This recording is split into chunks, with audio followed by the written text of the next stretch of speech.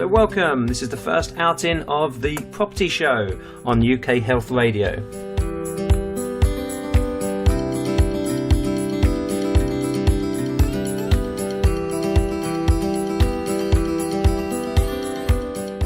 My name is Matt Turner, so I'd like to say thank you for tuning in, and hopefully your ears will be kind to me over the coming weeks. This is my first outing on radio, as well as the first time you're hearing my voice. Trust me, listening back to your own voice is not great, so hopefully you prefer my voice more than I do. I work as a property finder in London and worked in property for the past 17 years. So hopefully I've got some good experience to share with you. Maybe some tips when you're buying and selling property, or if you're looking to rent or let out as well. Yes, I am based in London, and a lot of my knowledge is derived from the London market, but in many ways, it's a similar process in any country around the world. You're matching a buyer and a seller. You've got, it could be a head or a heart purchase, so depending on how much emotion that's going to be behind it. So a lot of the tips are transferable to your own market, wherever you're listening yourself. Just maybe the legal process will be different, and the structure of a transaction might be tweaked a little bit. So yes, I've worked in the professional world as in property for 17 years now. I started off as an estate agent. Yes, it's quite often said one of the I suppose now 4 most hated industries, the 4th being bankers, traffic wardens, politicians, and yes, I was an estate agent, so I'm in that category. So I worked in a lovely little part of London called St John's Wood.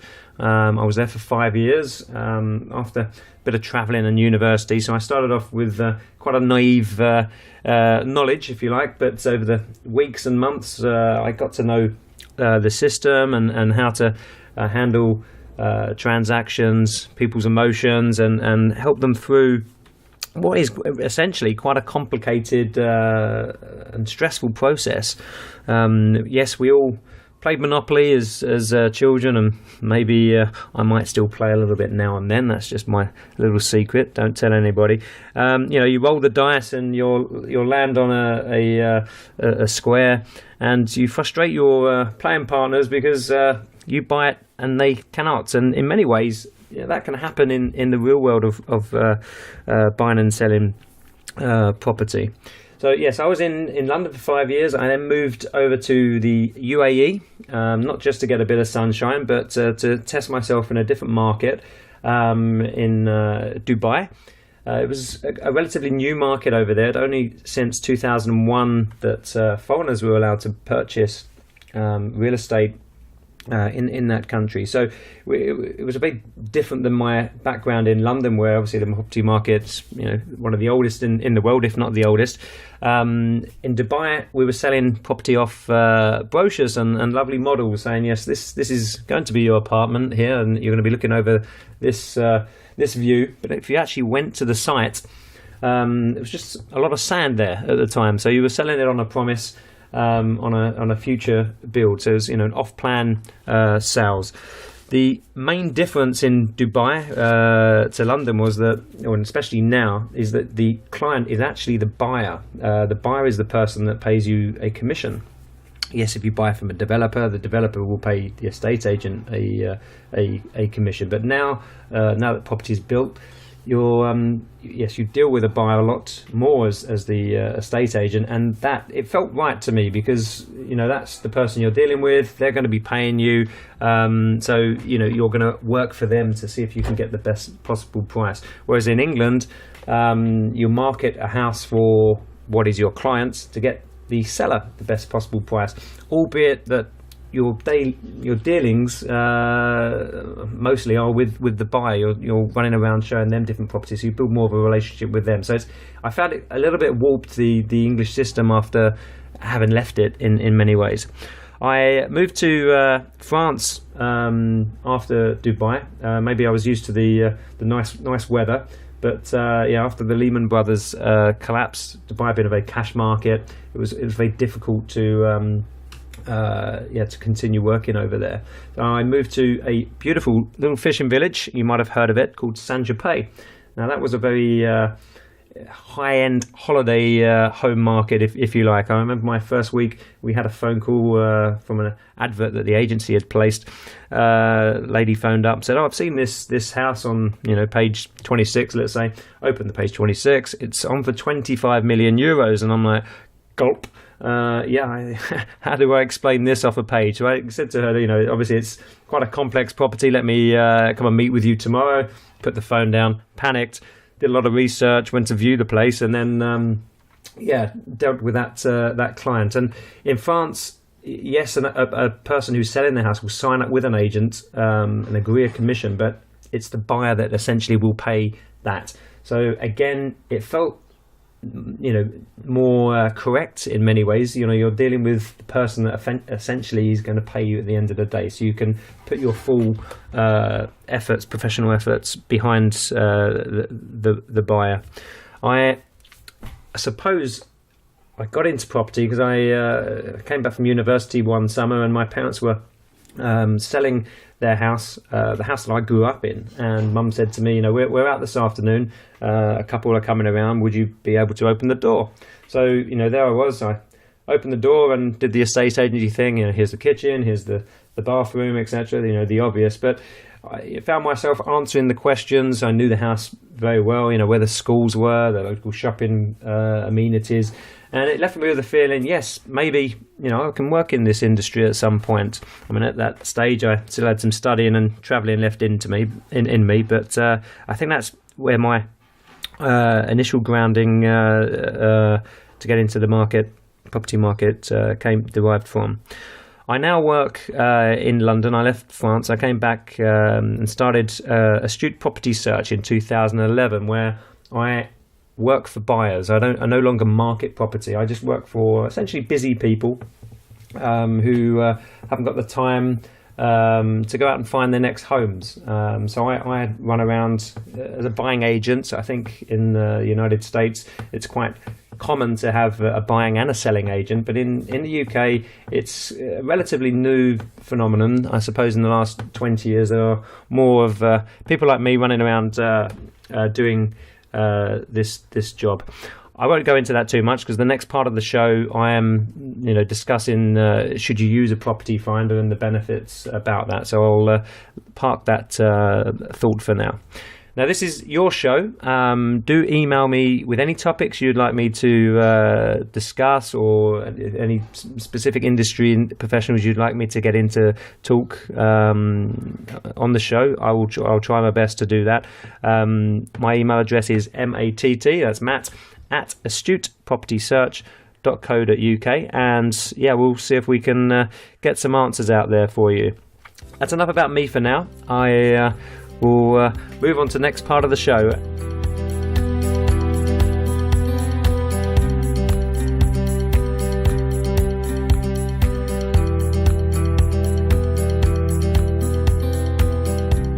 Okay, so why use a property finder, a buying agent? Now, in the UK and probably everywhere, we all played Monopoly. We're probably very good at rolling the dice and landing on the right square, and we enjoyed it. And British people, it's quite ingrained in our psyche to own your own home, to strive to go and buy a property. And it might be renting for a time, but the idea to own your own house, own flat, is within us. So we all want to go and do that. And I would say, if you play Monopoly, you think, well, I can go and do it. And the first time it can be quite exciting. And if I look back when I bought my first property, I enjoyed going out and speaking to agents and running around and doing viewings. But after a while, it can become frustrating if you haven't found the right place. You can be wasting a lot of time. So you've all got busy lives. If you've got another job and you're working, long hours, Monday to Friday, maybe weekends as well, and you're only looking online to see when that new property turns up, it's going to take you some time to actually find your next purchase. By hiring a property finder, they're out on the ground for you. They're while you're working on a Monday, they're able to get in your area of market that day. So, for example, I would, let's say I had a client looking in an area, let's say Swiss Cottage, for example. I will turn up to that area on a Monday, register with every agent. Now, that could be 25, 30 agents, and in the neighbouring towns as well. So that would be Hampstead, West Hampstead, Finchley Road. All, it's like a fishing exercise. You've got to register with every agent. Now, I'm there on a Monday. I then go back to every agent on a Tuesday, face to face. I tend not to use the web portals for finding when new properties come on, just because anything you see online, agents, it's probably they've known about it 2 weeks before it pops online, and that's because if they're getting an instruction of a new listing, the owners phoned them up and said, look, Mr. Agent, I'm looking to sell my property.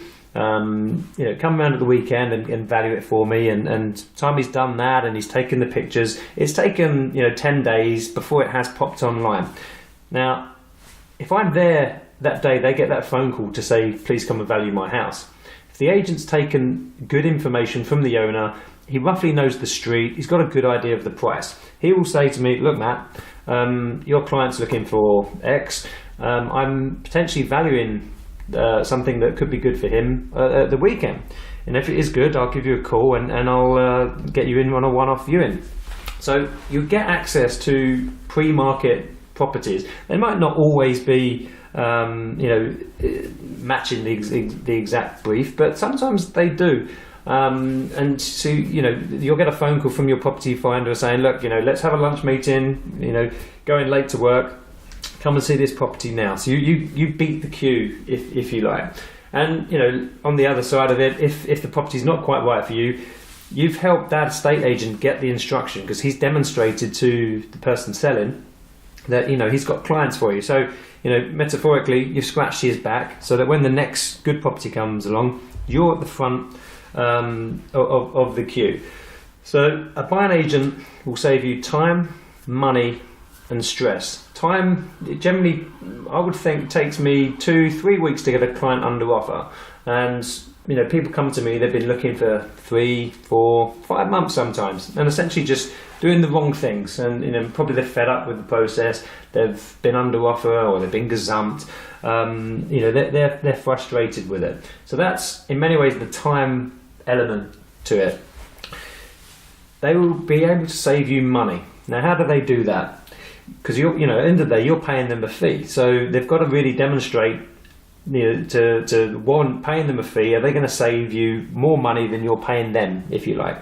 So, for example, if you're paying that buying agent £10,000 and you're buying at £800,000, you want to make sure you're buying it less than $790 to incorporate their service.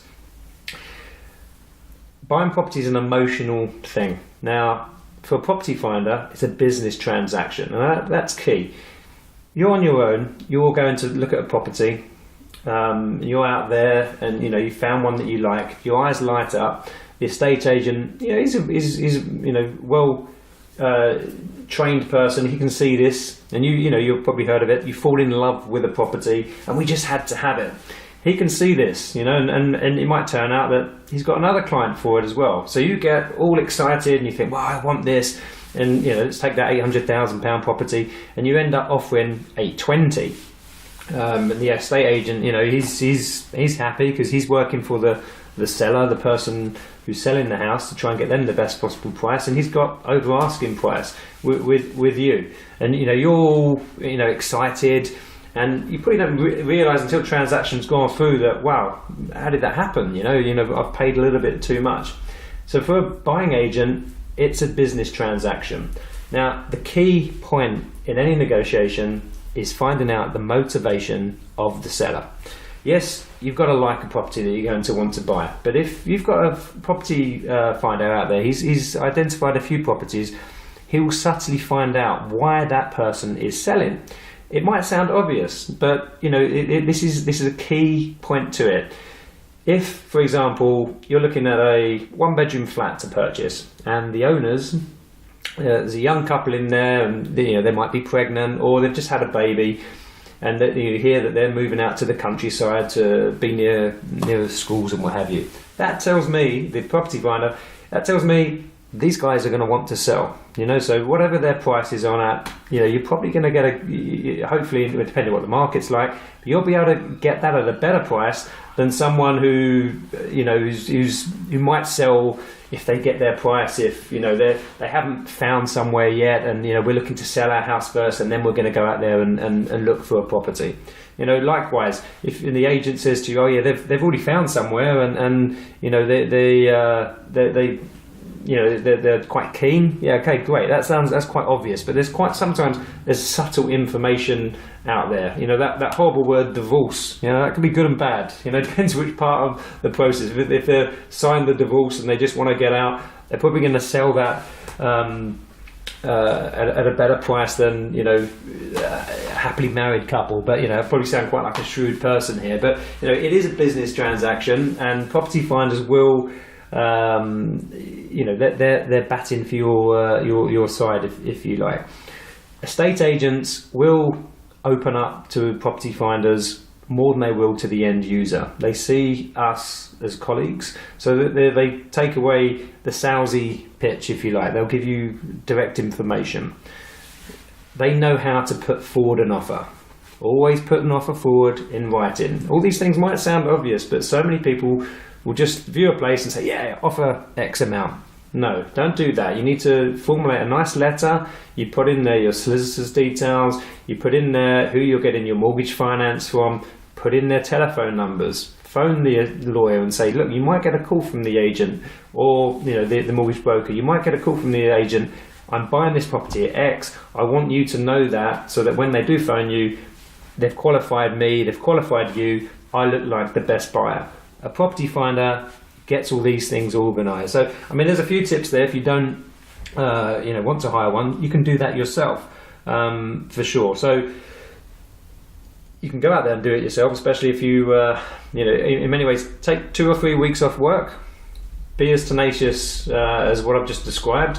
And you might be able to get yourself a good deal, but probably like me, you'd rather on your holiday go and spend some time in the sun in Barbados or your local seaside town and relax, rather than running around trying to find your next home. So that's money. Now the stress element. Again, it's an emotional process. You can become quite anxious when you're buying property. There could be someone else who's looking for it. And in many ways, I'm the worst buyer out there if I'm doing it for myself. I put an offer in and then think, well, should I pay a little bit more? Because I just want to get the deal tied up. That's part of the stress element. But the legal process, especially in the UK, can take quite a long time. You'll have a property, you've agreed a price with the owner. Okay, in many ways it's just a handshake. There's nothing stopping either party from pulling out. So between the under offer stage and what we call in England exchange of contracts is when it's legally binding, that transaction. That time period is not set. If you can get it done in 6 weeks, that's fantastic. Sometimes you need to sell a house and there's a few properties in the chain. It can take 2 months, 3 months. And believe me, that process there's a lot of anomalies. You can get quite anxious. There'll be some hurdles to cross, some hoops to jump through. There will be some issues along the way. Now, depending on how calm a person you are or how much you want that property, your stress levels, it will affect you. It'll affect. I'm on the phone sometimes, and my partner says to me, Matt, are you actually selling property? Because you're talking to the client about their relationship or their job, and sometimes this actually is the case. You're stressed because you might lose out on this dream house that therefore you can't concentrate on your job or you can't do something else. A property finder holds it all together. In many ways it's like, I say to my clients, it's like putting your shoe on in the morning. If you tie that lace tight enough, it's not going to come undone. And that's like a property transaction. Try and get everything organised. Try and stay on top of it. You've got 2 solicitors dealing with the process. You've got one for the buyer, one for the seller. Bear in mind, these solicitors are probably dealing with 10, 20 other transactions at the same time. So the property finder will make sure your case is towards the top of the pile. Things are getting done. They're out there, applying for the local authority searches. They're talking to each other, which might sound strange, but they don't. They quite often just send emails to each other. We haven't received this document. Okay, fine. You've got to be very organised. Let's make sure this document's been sent. Have we got the managing agent's details? Have we paid for this survey yet? Where's the mortgage offer? There's a lot of things that have got to come together. And a property finder, a good one, will make sure everything is organised. So to allow his client to carry on with their daily life and with as little stress as possible. I mean, there's no guarantee that you won't have any stress. We're not superhuman, but if you've got someone there to give you information. Now you might say, well, the estate agent can do that, can they not? Well, yeah, sometimes they will do that, but their client is the seller, the owner of the house. So if push comes to shove, they will say to you, look, it's up to you. I'm working for the seller. You decide. So who's there to bat off some information? Yes, you may have a family member who's very experienced in buying and selling property, will give you their tips, but they're not actually involved in the transaction. So, that's why I would think, having someone on board, yes, you are paying a fee, but you get value for money. Now I'll leave you with this thought. If you're out there, you're about to get married, do you hire a photographer, a professional photographer to come and take pictures of your wedding, or do you give your camera to a family friend? What guarantee do you have that their pictures are going to come out okay? Okay, yes, maybe that family friend is, David Bailey, and he's amazing with a camera, but let's just say he's good with a camera. Do you trust them to do that, or do you hire a professional? I would think most people hire a professional to take pictures of their wedding. Now, why have I said that? It's a little bit strange, because that is quite an important day in people's lives. Not everyone gets married, of course, but the photograph, something to go back on, the video. People do that. That's a big day in people's lives. Another big day is buying a house. You always know that is, people say it's probably the most expensive purchase you're ever going to make. So why wouldn't you spend a little bit more money? And sometimes they will negotiate more money off than you're spending, so it will be encompassed in the transaction. Not always. But why wouldn't you spend that bit of money to make sure you've got someone, a professional, working for you?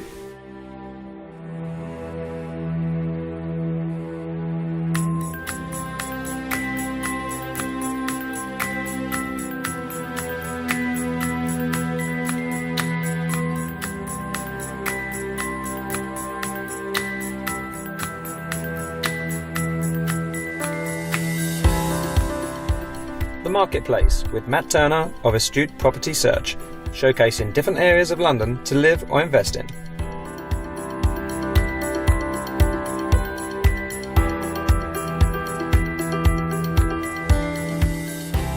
Okay, so today I'm visiting Global House Estates, one of the directors, Ogo and Paru, in an area of London called Elephant and Castle. That's in the London borough of Southwark, one of the 33 boroughs. I'm hopefully going to showcase in the next, 33 weeks as we go forward.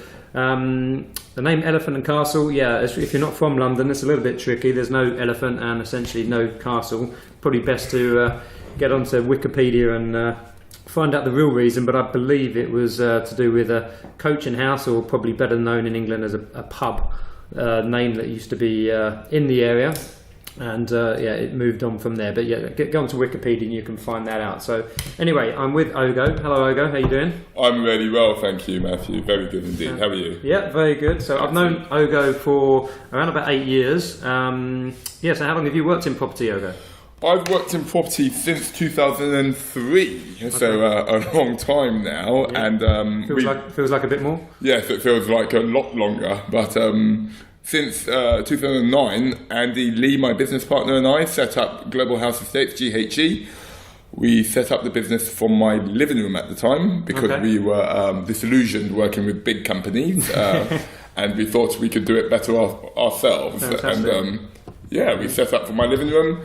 A year later, we moved into an office, and now we're in an even bigger office, employing 9 people. So we're moving in the right direction, as it were. Fantastic. No, Yeah. so I actually saw your first office. Your probably shouldn't tell listeners, but I have slept on your couch, which was your office back in the day, haven't I? But Exactly. no, you guys have come a long way, and you obviously aim at targeting obviously rental market and the sales market here.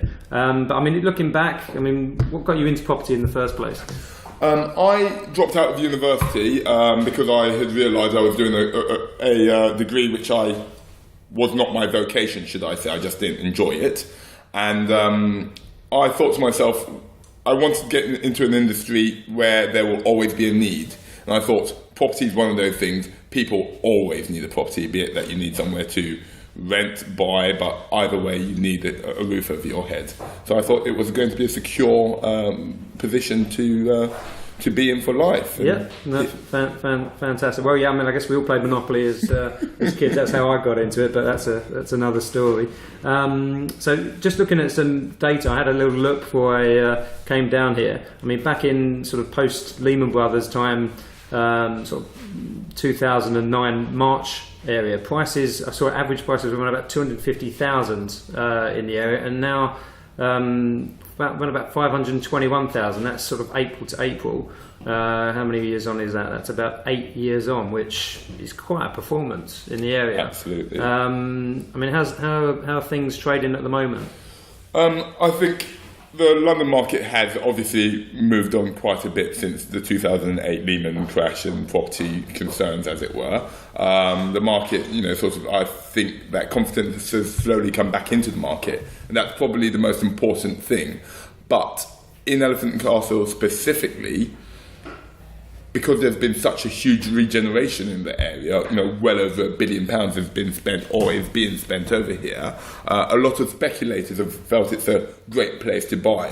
Speculators, including myself, have bought over here, and I think it's really beginning to pay off. It's probably one of the cheapest Zone 1s in London. Yeah. You'll have to sort of look for evidence to corroborate that, but I'm pretty certain.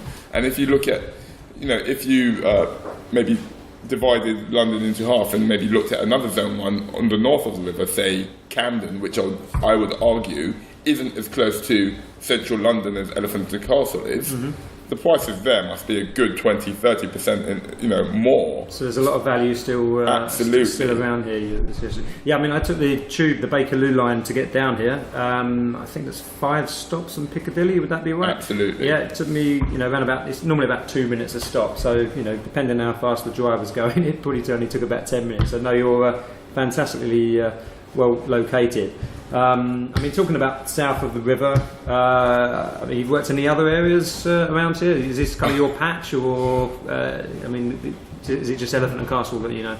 Well, I've worked in Elephant Castle now since 2009. However, previously I have worked in a number of different areas. So I've worked in the suburbs in Kingston. Okay. Yeah, with my first Saturday job in an estate agency, just driving around clients at the time. Then my first full-time position was in East Dulwich, leafy East Dulwich. Yeah, it's a beautiful place. Yeah, absolutely, very gorgeous, and I reminisce on those days now because I wish I had bought more over there at the time. That's always the way, isn't it?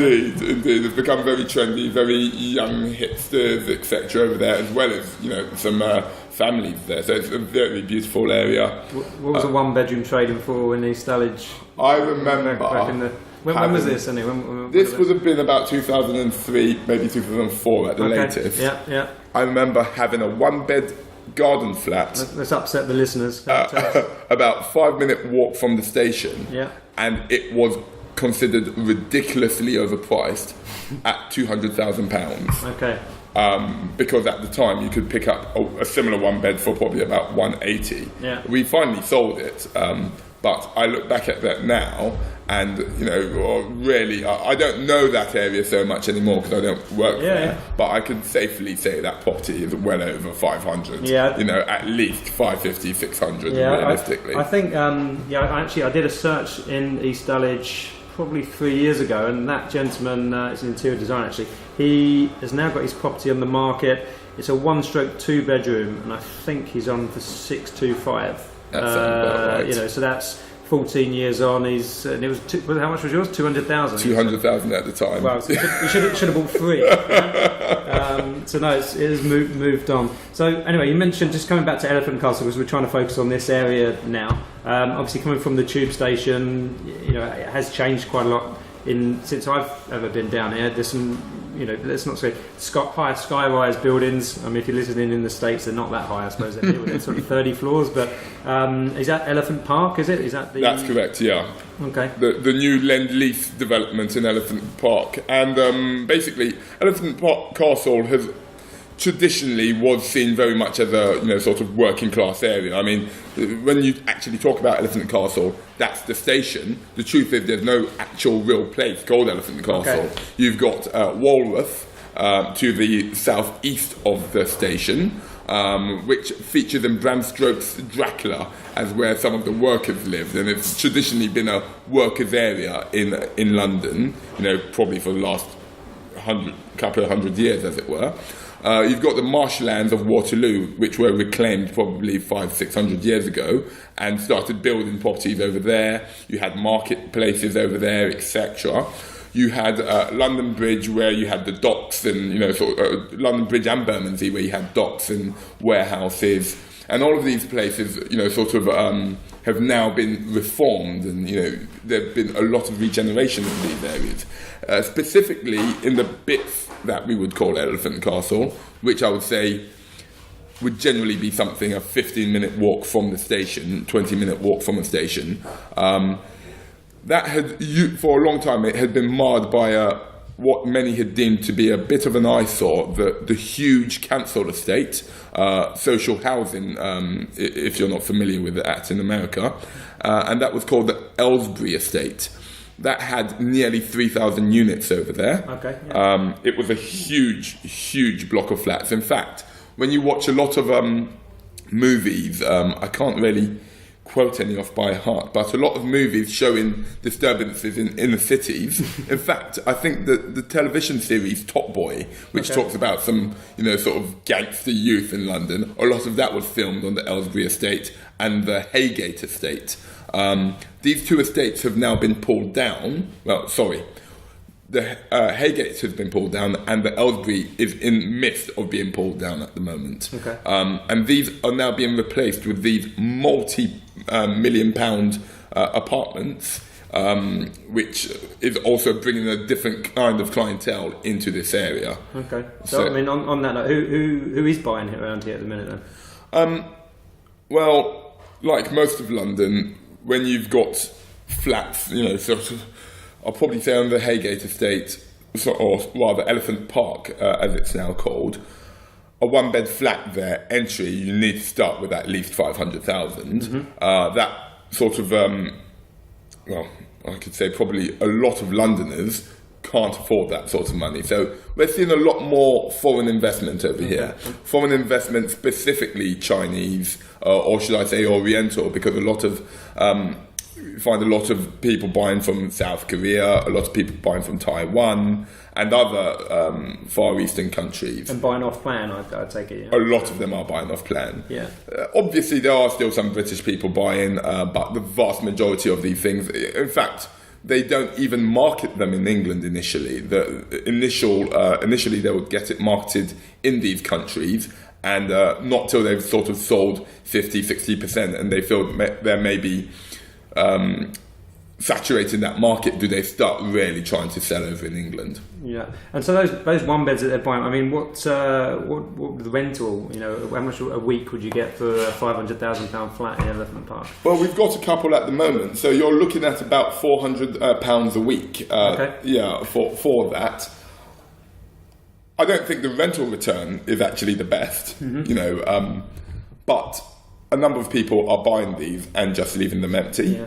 I suppose, it's generally over London, if you look at all the areas, people, if you're getting 2-3% yield these days, that's generally deemed as a good return. But I always say to my buyers that invest in, it's more capital growth that you're looking at. If you want yields, quite often you go and buy up into in the northern part of England, and let's say if you're putting 100,000 in, maybe the market's not so bad now, but it has been the case that next year that 100,000 might be worth 90,000. So your principal's gone down, but your yields increase. But no, London obviously is still. From what I see, in transaction levels are down, but prices are still relatively firm around here at the moment. So your business here, GHE, Global House Estates, obviously I saw there's a university. I take it that's a university just not so far away. I mean, you rent into quite a lot of students around here? Yes, we have a number of universities around here. So we've got London South Bank University, which is the biggest university right next to us. Then we've got London College of Communications, which is literally 200 metres away from my office. But that was the one that I saw, which I forgot the name. Yeah. Indeed. However, you have a number of other universities in London.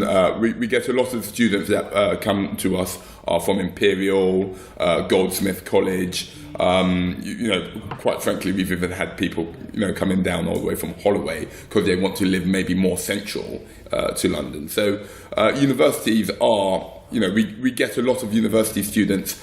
They're mainly on the rental side, and that's mainly seasonal. So maybe the July, August, September, when they're preparing for the new term, majority of the people we have at that time would be students.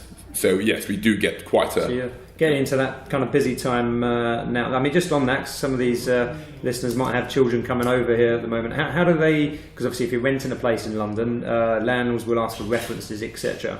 How do you mitigate that with overseas tenants? Right, okay. For most overseas tenants, the reference companies would like to find a UK-based guarantor. So if your child is a student, they're probably not earning a wage, so they want someone who can guarantee that they will pay the rent if your child didn't pay the rent. When you don't have a UK-based person, we would usually ask for money up front, and that would usually be 12 months up front, sometimes 6 months in advance. Yeah, I mean, I have a flat in central London myself, and when an agent phones me up and says, they don't have any references, and that's always the golden egg. If they can pay 3 or 6 months up front as a landlord, cash is king. It's always I prefer people without any references, actually. But no, fine. Okay, we'll just take a quick break, and we'll come back to you in a moment.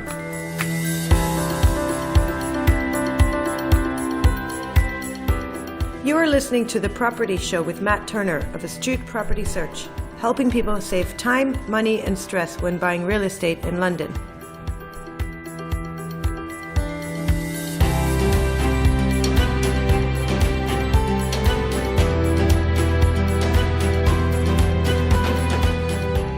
Okay, so welcome back. Again, I'm here with Director of Global House Estates, GHE, Ogo Mpawu, and we're talking Elephant and Castle today. We just had a quick break then, and off air we're just discussing the challenges, let's say, that estate agents sometimes have in talking to owners, landlords, when the market isn't so good. If someone's been used to getting, let's just give a rough example out there, which, and I wish you could rent a flat for this, £100 a week, and then suddenly the market's only £90 a week. How you go about dealing with that? So Ogo, just you want to elaborate on the challenges you're having at the minute with some of your landlords, maybe? Yes, it's quite a challenging market on the rental scene at the moment. I think there's a big oversupply of property. So to put you in perspective, at the moment we've got stock of over 120 for rentals. Okay. At this time of year, we'd be very happy if we had sort of 40 or 50. So what you're seeing is potential tenants realise they've got a lot more choice and they can be a lot more picky and choosy. Any properties that are maybe a little bit dilapidated or further away from the station or, sort of lacking in any way, they're suffering particularly. Consequently, we're seeing prices, on some properties, we're seeing prices being reduced somewhat. for landlords, it's a very difficult conversation to have with someone when you've maybe for the last 2-3 years got £2,000 a month for them, as an example, and now you're suggesting... my £100 was a bit off. Ever so slightly. Yeah, okay. Yeah. So if you've been getting £2,000 for the last few years, and now you're suggesting to the landlord that they should bring their price down to £1,800, that's quite a difficult pill for them to swallow. But the question I always ask is how motivated you are, because ultimately, if you really want to get your property let, I own properties that I rent out myself, and I've taken a hit on one of my properties that came up, and I've got 2 more to come up very soon. So I'm hoping the market changes very swiftly. But I recognise simply that me taking a small reduction in the rent I achieve mitigates against me having the property empty. And I might achieve the money I want, but I've had my property empty for a month, maybe 2 months. I lose that money anyway. On top of that, I'm still paying out my mortgage on these properties because I'm not yet fortunate enough to own my properties mortgage free. And I'm having the hassle of dealing with things like council taxes and other utility bills, etc., as well as sort of being out of pocket paying them. So we really try and educate our landlords. If they want to take a more long-term view of these things, this is a short-term blip, and it always comes in the market. I've been very fortunate since I've worked in the rental field. For the last 8 years, we've had an amazing market. Usually rents have been increasing, but the time has come that we need to just adjust things a bit, really. Yeah, no, I mean, I suppose it's the rental and the sales side are very similar. I mean, I'm out there looking for clients, and sometimes you see things that, let's say, an owner gets an agent round or 3 agents round, and the agent wants to win that instruction and sort of goes in very top heavy, and it gives the expectations to that owner or landlord that they're going to be able to achieve that, but it's a lot better to actually price things realistically, and I think that's what you're trying to do here is educate your landlords when we talk about vendors, but I'm sure you're educating them too. But it's best to have something realistic that it's going to get let. And like you said, totally. If you've got a place empty for 3 weeks, that's 3 weeks of £500 a week less. And if you let it at a little bit, £50-75 less on week 1 over the course of the year, you're probably going to be better off actually. Absolutely. No, for sure. So you mentioned that you just going a bit left field here. You buy properties that you don't really sell. Actually, you buy and hold. Every time I speak to you, you're out looking for something else yourself. What's your how do you your investment strategy? What do you? I obviously got a good idea what you're doing, but I mean myself, I buy and sell things. That's not what you do. What do you tell listeners what you do personally? No, of course. So I've been in the property market for a long time, and everyone has property. My family house, my parents bought it a long time ago, and they bought it for a very good price. But I look at how much the price has increased since they bought it, and I feel, yes, you can buy things and flip them on a yearly basis, etc. But that's very dependent on the market. So if you bought last year, I think the market's cooled off a little bit. You might potentially be struggling to sell now, as it were.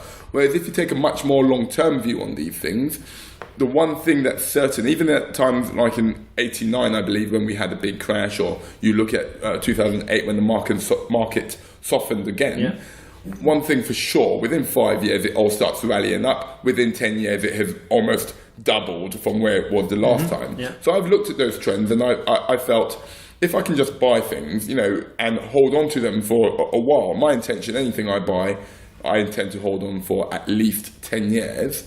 And I'm certain that in that 10 years' time, the price will have gone up considerably. So I have a long-term purchasing strategy, as it were. So I could spit out my words there. we understand what you mean. It's a little bit like going back to your East Dulwich days and looking back there and wishing you bought that £200,000 flat, which is now 600,000. Exactly. Okay, so you're building a portfolio of rental portfolio. Very much so. Okay. Yeah. And what sort of areas are you buying in? Well, as I work in Elephant and Castle, I see the potential in this area. I truly believe in it, so I have bought a lot over here. However, I feel you can't really go terribly wrong in London. In most parts of London, you look at any high street where, you know, you get a couple of pound shops or, you know, a few shops that are maybe not so trendy. I can guarantee you very soon that area will be picking up. You'll soon start finding some chic cafes coming in there. Yeah. Always look out for a new transportation hub coming into an area. So if you look at places in the past like Lewisham, they got the DLR come in there and suddenly the prices went up. Greenwich with a Jubilee line, Bermondsey, these sort of places have seen huge price hikes. So as an example, one of the areas I'm looking at right now is Woolwich. Woolwich is not necessarily one of the most affluent parts of London. Yeah. However, you've got some new transportation systems coming in there. You've also got a huge riverside development happening at the old military base that they had there, the Royal Docks, I believe. Royal Artillery, is it? Royal Artillery, Yeah, yes, yeah, that's correct, yeah. So I'm looking at all of that, and there are still many places in Woolwich that are, well, you wouldn't go out of your way to be in at the moment. Yeah. But I can really see value in these places, and I think it's the people who come in early. I mean, Elephant Castle, I feel there's still a lot of value here, but it would have been much better if you bought here 5 years ago, 10 years ago. It's kind of established now, isn't it? Exactly. Around here, and it's more a safer investment, maybe. Absolutely. And obviously, there's still a lot of growth going on here, so still a good buy. But you're saying Woolwich is more the risky investment, maybe, but there's the upside to it as well. Absolutely. Okay, so I mean, it's quite interesting. I obviously work with buyers and try and keep their feet on the ground. But me personally, when I'm out there buying, I'm probably the worst client if I employed a property buyer, because let's, for example, I'd put an offer in on Friday, I'd probably be phoning the agent that afternoon on the Saturday, say, I just want to tie it up, should I just pay asking price now? How are you as a buyer? Are you, because obviously you're dealing with buyers and sellers yourself, when you're out there doing it yourself, are you absolutely you in a panic mode like me? It's easy to become to get into a panic mode, as it were. I try my best to be very zen about these things. Okay. I think it's been particularly easy for me because none of the properties I've bought really with a view of living in. So I do see them very much as an investment, but it's still a huge initial outlay of money, so you must be certain about it. For me, I tend to try and mask my feelings, as it were, especially if the owners of the property are there. I don't want them seeing how eager I am, because it's harder to negotiate with someone when they think you really want something. Whereas if I seem to be a little bit more blasé, yes, I would love to buy this property, but if I don't get it, I'm not going to lose that much sleep. Sure. It gives me a much better position to negotiate from, really. Yeah, no, definitely. I mean, when I'm out with clients, they say exactly the same. When you like that property, I mean, I can quite often see the glint in their eye. But don't start telling the owner if they're there that how are schools? We've got to bring our kids. My husband, I love this, etc. Because if it's on for $1 million, the owner's suddenly going to want 1.1, isn't it? Exactly. Hold your cards close to your chest. So definitely take emotion out of it. That's one of your tips, let's say, when you're out there buying. Think of any other good things you should do if you're out there looking to... Well, for starters, I'll probably hire you and get a good property finder, because quite frankly, on a serious note, buying properties does take a lot of time. And what often a lot of clients find out is they find it's almost like a full-time job. If you're doing it properly, you should really be seeing at least 10 properties before going out to buy somewhere. And seeing 10 properties takes a lot of time. After work, you might be expected to come out on a viewing. Your precious weekends when you want to go off to the countryside or go and see your mother or something like that, you're out doing a viewing, So having a property finder, and we work with many property finders, not just yourself, Matthew, okay. I'm ashamed to say. I feel terrible. There's other people like me out there? One. Okay, fine. They, what you do is you take out a lot of the hard work for people. You go and see the 10, 20 properties and you whittle it down to 3. Sometimes not all agents would listen to your requirements, and you're there effectively to take out the time wasting for the client. So I think that's something very crucial. I think it's extremely important before you even start doing anything to work out what your finances are. People come along to us not really having a clue. You come up to me looking for a property for $500,000, but in truth you can only afford 200,000. I find you the perfect property and we've just wasted everybody's time. Yeah, so sure. finance is extremely important. I think finding out where you actually want to be is extremely important as well. I find some of my clients, they're looking in North London, East London, South London, and it's very confusing because, let's just take the figure I used, 500,000. 500,000 in one part of the city will get you a 3-bedroom family house. Mm-hmm. In the other parts, you'll be lucky if you get a car parking space. Yeah. So it's, you've also got to buy the car to put in the car park. You can't be having a £5,000 car and a £500,000 parking space. Exactly. No, fantastic. Exactly. No, good. Well, obviously saying that you need a property finder, that's great. I'll pay you later, and I've brought my contracts along so that I'll find your next place for you. For sure. Well, let's just go back to Global House Estates, which is a key player here in Elephant and Castle. You've obviously you're marketing some properties at the moment. Have you got any little gems out there that the listeners should know about? Absolutely. We always have a number of decent properties on our books. I wonder if some of them that we have in Blackfriars might be a little bit out of the price range because they're sort of nearing on 2 million. But probably more affordable things we have. We have a 2-bedroom flat in Bermondsey. It's on the market at 475 at the moment. We sold this property to the couple that are living there at the moment, and they're now moving out to the country to get a house, etc. Yeah. But this is a perfect starter home. It's absolutely ideal if you want to live there yourself and rent the second room out, or just have a spare room, which is becoming more of a rarity in such an expensive city. This property is on the market at £475,000. And it's close to Bermondsey Station. It's about a 10-minute walk to Bermondsey Station, which gets you into the city and Canary Wharf via the Jubilee line quite easily. Which is probably one of the best lines in London. Absolutely. Sure. Yeah. And also, it's very close to South Bermondsey. Now, South Bermondsey is still on the yet to be regenerated stage. So the coffee shops not quite. Not quite. Okay. But you can stroll down to Bermondsey where you still have all of those. Okay. London Bridge is very close, whilst knowing that there's a huge investment going into Bermondsey at the moment, and in about 10 years' time we're going to be talking of Bermondsey as we talk of Elephant and Castle today. No, fantastic. Okay, no, that's very, very interesting to know.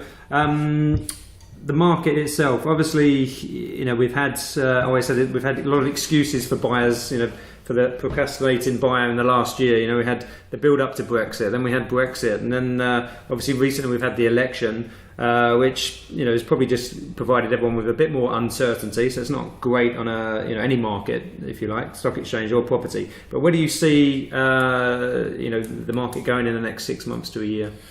I think the market probably will stay cool. I mean, it's cooled off quite a bit, and I'll say it probably will stay at this same level peg at the moment, which I think, probably more importantly, people always ask me the best time to buy, and I'll say the best time to buy is when you're ready.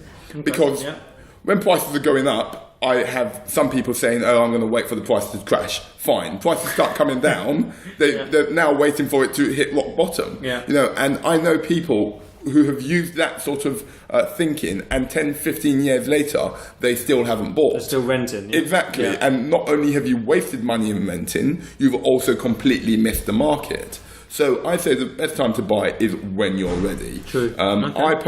I try and buy a couple of things every year, and in a way it's almost like an index, so by buying 2-3 properties each year, as it were, regardless of whether the market goes up or goes down. Obviously, I never love to hear that a property I've bought is in negative equity. It never happens to me, but it's not the nicest thing to ever hear if that ever happened. But again, if you have a long-term view on it, if you intend to hold on to that property for a minimum of 5 to 10 years, chances are, essentially, aren't you? Absolutely. No, for sure. Okay, well, thank you for your time. That's Ogo Impo of Global House Estates. Your website is? globalhouseestates.com. Okay, so find them out. I'm sure they're on Twitter and all those Facebook. Facebook. So if you're moving to south of the river, Elephant and Castle, they don't just cover this area, all around. Do get in contact with them, and I'm sure they'll be able to help you find your next rental property or a great investment to buy. So that's signing off now. That's Matt Turner on the UK Health Radio, the Property Show.